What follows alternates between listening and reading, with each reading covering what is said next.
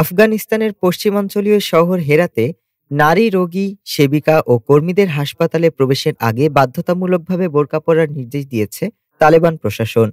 আন্তর্জাতিক মানবিক সংস্থা ডক্টরস উইদাউট বর্ডার্স জানায় 5 নভেম্বর থেকে এ নির্দেশ কার্যকর হয়েছে। এর ফলে নারীদের চিকিৎসা গ্রহণের পথে বড় বাধা তৈরি হয়েছে এবং জরুরি রোগী ভর্তি 28% কমে গেছে। এমএসএফ এর আফগানিস্তান প্রোগ্রাম ম্যানেজার সারা সাতো বলেন, এই বিধিনিষেধ নারীদের জীবন আরো কঠিন করে তুলছে। অনেক নারী এখন প্রয়োজনীয় চিকিৎসাও নিচ্ছেন না। তবে তালেবান মুখপাত্র এমএসএফ এর অভিযোগ অস্বীকার করে বলেন, আমাদের অবস্থান হিজাব নিয়ে, বোরকা নয়। আন্তর্জাতিক মহলের চাপে কিছু এলাকার নিয়ম আংশিক শিথিল হলেও হেরাতে তা কঠোরভাবে বাস্তবায়িত হচ্ছে।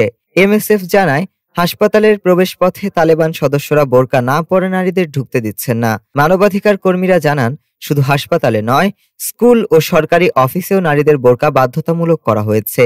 হেরাতের এক নারী অধিকার কর্মী বলেন, এখন বাইরে বের হতে হলে বোরকা ছাড়া উপায় নেই। ঘটনাটি নিয়ে সামাজিক মাধ্যমে ব্যাপক সমালোচনা ছড়িয়েছে। এক আফগান কর্মী বোরকা পুড়িয়ে প্রতিবাদের ভিডিও প্রকাশ করেছেন, যদিও এর সত্যতা নিশ্চিত হয়নি।